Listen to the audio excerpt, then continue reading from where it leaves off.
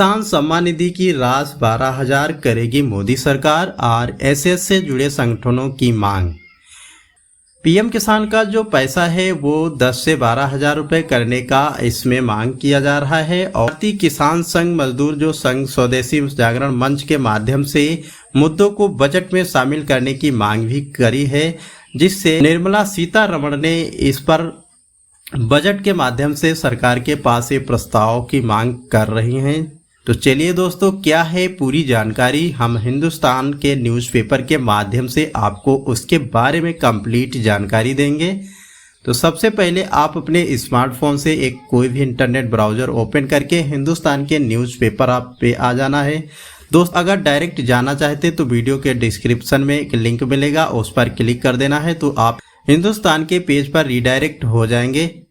उसके बाद इस पेज पर आएंगे तो आप यहां पर आप थोड़ा नीचे स्क्रॉल डाउन करके देखेंगे, पर यह बताया गया है किसान सम्मान निधि की राशि 12,000 करेगी मोदी सरकार, आरएसएस से जुड़े संगठनों की मांग।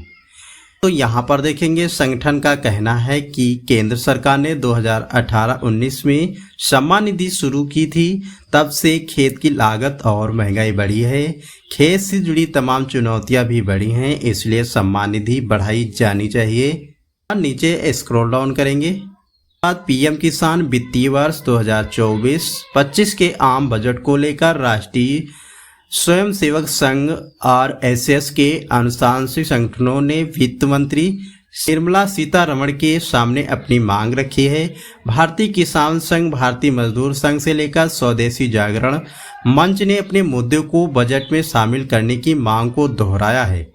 किसान संघ ने किसान सम्मान निधि को 10 से 12,000 रुपये सालाना किए जाने की मांग रखी है। किसान संघ के राष्ट्रीय अध्यक्ष बद्री नारायण चौधरी ने भी बताया है कि उन्होंने मांगे रखी हैं, इनमें सम्मान निधि बढ़ाना भी शामिल है।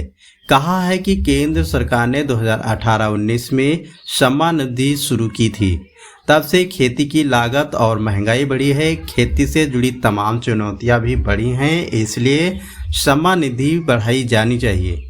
मौजूदा समय के हिसाब से यह राशि 12,000 रुपये किए जाने की जरूरत है। साथ ही पीएम कृषि सिंचाई योजना की समीक्षा की मांग की है। नदियों को जोड़ने के लिए अधिक धन आवंटित करने को कहा गया है।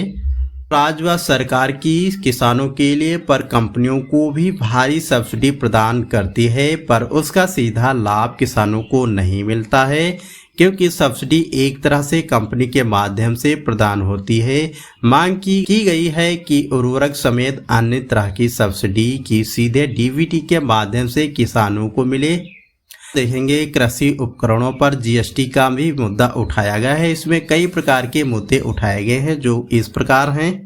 संगठन ने मांग की है कि कृषि उपकरण की खरीद पर किसानों को जीएसटी से छूट प्रदान की जाए, फिर भी किसानों को इनपुट टैक्स क्रेडिट का लाभ प्रदान किया जाए। किसानों को उचित मूल्य पर अपनी उपज बचाने के लिए 5 किलोमीटर के अंदर स्थानीय हाट बाजार बनाने और सौर ऊर्जा के बहुउद्देशीय उपयोग की मांग की गई है। चौधरी ने कहा है कि अभी तक केंद्र व राज्य सरकारें किसानों को सौर ऊर्जा से चलने वाले टेबल प्रदान कर रही है। अब अगर चारा काटने की मशीन, चक्की व घर की ऊर्जा जरूरत के लिए विकल्प प्रदान किया जाए तो किसानों की बड़ी आर्थिक मदद होगी।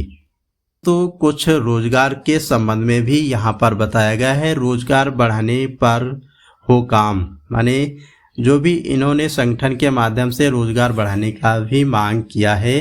तो इसमें स्वदेशी जागरण मंच ने मांग की है कि आगामी बजट में रोजगार को लेकर काम हो। देश के अंदर रोजगार बड़ा मुद्दा है। मौजूदा समय में देश की आर्थिक स्थिति काफी अच्छी है, इसलिए रोजगार सृजन को लेकर बड़े फैसले की जरूरत है।